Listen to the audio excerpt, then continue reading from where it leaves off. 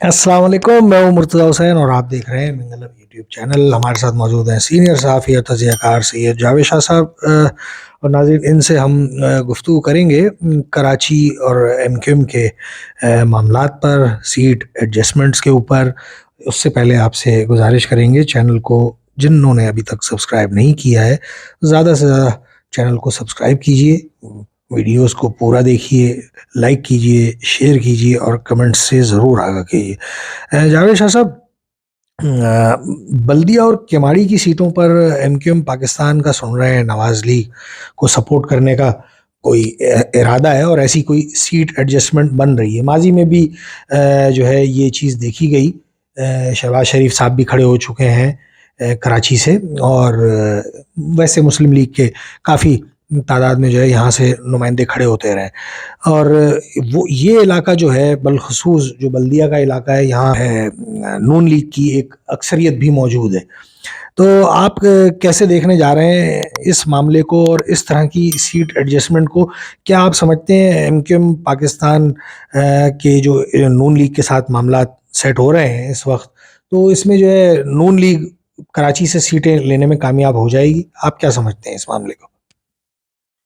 मरकज में जो नून लीग के साथ एमक्यू पाकिस्तान ने अलायंस किया है, तो इस हवाले से इसको आप देखें इस तनाजुर में, तो लाजमी इस तनाजुर में वो उनको फैसिलिटेट करेंगे। वहाँ लाजमी सेनेट की भी सीटें आएंगी, उसमें वो उनको करेंगे। तो लाजमी एक सीट को, इसको ये शहबाज शरीफ ने पहले लड़ा था, मेरा ख्याल है सीट तो ये वही सीट है। जी हाँ, जी तो हाँ। ये एक सीट में हो सकता है ये एमक्यू पाकिस्तान ताउन करे, मगर इस सीट पे भी आज इस वक्त टफ मुकाबला हुआ, क्योंकि पीटीआई भी है वहाँ और पीपल्स पार्टी भी है। जी, जी। तो इस तरीके की वहाँ आबादी है, और उसमें यानी कि एक मखलूत आबादी रहती है वहाँ, तो इनको टफ टाइम मिलेगा वहाँ, पीटीआई का, पीपल्स पार्टी का, और अगर यानी कि दूसरी जमातों का, एमक्यूएम जैसे महाजिर कौमी वोट है, इनका अगर वहाँ एडजस्टमेंट हो जाता है आगे पीछे चंद, तो जेयूआई भी है इस तरीके, और सिंधी जमातें भी हैं, कौम परस्त, ये भी मैं आपको बताता जरूर उस इलाके में। जी, जी। तो इस तरीके फिर अक़वाम है, नियाजी अक़वाम बहुत बसती है वहाँ,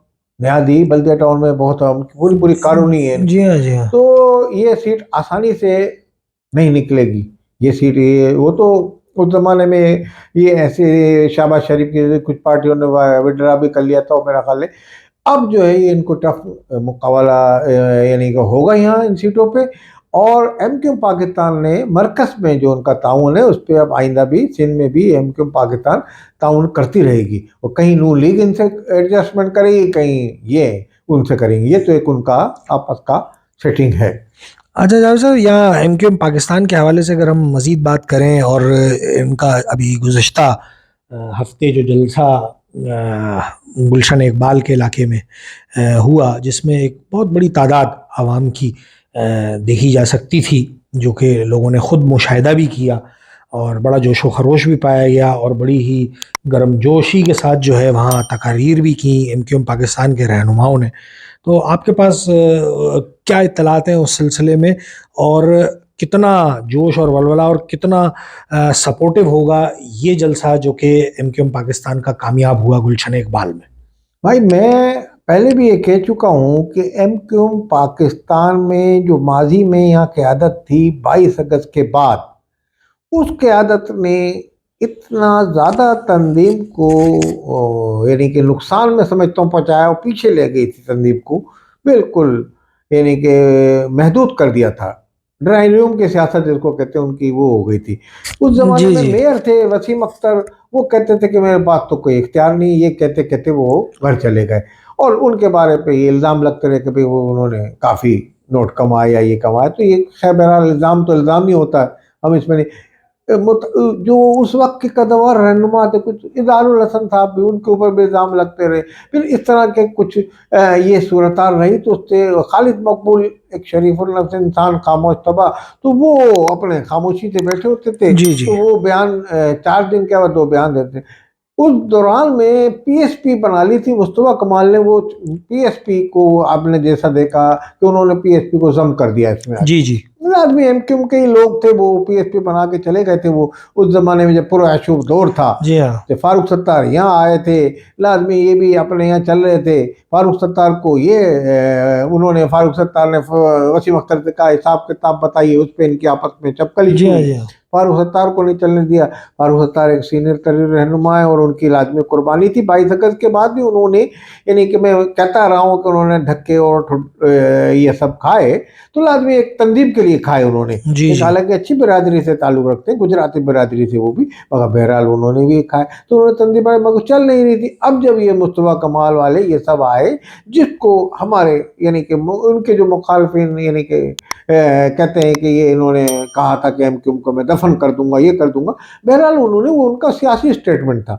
अब वो एमक्यूएम में आ गए, तो एमक्यूएम को जिस तरीके के वहाँ वो बयान देते थे ताबड़तोड़ एमक्यूएम के अगेंस्ट, इसी तरीके से वो अब आके एमक्यूएम को फाल बनाने में बड़ा किरदार अदा करे। आप जी ये जी। देखेंगे, आपने नोट भी किया होगा कि एमक्यूएम पाकिस्तान में मुतवातिर जलसे कर रही है, तवातुर के साथ हर जिले में, जी हाँ। डिस्ट्रिक्ट में जलसे कर रही है, और कहीं जलसे में तादाद कम, कहीं ज़्यादा, मगर बहरहाल ये उस वक्त जलसे कर रही है, उस पोजीशन में ये लोग जलसे कर रहे हैं कि जब उन्होंने पीडीएम की हुकूमत में कुछ नहीं दिया आवाम को। ये भी एक हकीकत है। जी हाँ। तो जी हम बोलते हैं हकीकत, हम ये नहीं कि जो जायज़ बात है वो तंजीम को इस वक्त फ़ाल करने में, और उस स्टेज पर तंजीम को ला के उन्होंने एमक्यूएम पाकिस्तान को खड़ा कर दिया। मुस्तफा कमाल, खालिद मकबूल की क़यादत में जो काम कर रहे हैं, अनीस कायम खानी, ये तमाम रहनुमाओं ने, कि एमक्यूएम को कम अज़ कम एमक्यूएम को इतना फ़ाल कर दिया है कि मैंने जगह जगह रोडों पर कैंप देखे, कैंप खाली नहीं कि 2 आदमी बैठे हैं कुर्सियों में, 4 आदमी बैठे, एक अच्छी खासी तादाद आवाम की उस पर बैठी हुई थी, और अच्छे खासे उम्र गुजारे हुए जो सियासत में हैं, एमक्यूएम की सियासत में, वो लोग भी बैठे हुए पाए गए, और सबको पाबंद कर रहे हैं कि वो आप आए। जैसे एमक्यूएम का पुराना निज़ाम था ना कि हाज़िरी और ये वो, तो उनको वो इसी तरीके के ये मुखालफत में भी कमर बस्ता थे, इस समय को अपनी तंजीम को फ़ाल करने में कमर बस्ता है वो, और वो इतनी कोशिश कर रहे हैं इस तंजीम को इलेक्शन तक इस नहज पे ले आएंगे कि वो कराची में अपनी खातिर खा सीटें हासिल कर सकें। अच्छा, यहीं आपकी बात ही को आगे बढ़ाऊंगा जावेद शाह साहब। मुस्तफ़ा कमाल साहब मुसलसल ये दावे भी कर रहे हैं कि कराची से तकरीबन जो है 17 सीटें वो जीतने में कामयाब हो जाएंगे कौमी असम्बली की, और सिंध से 35, 36 से 38 सीटों का दावा भी वो कर रहे हैं।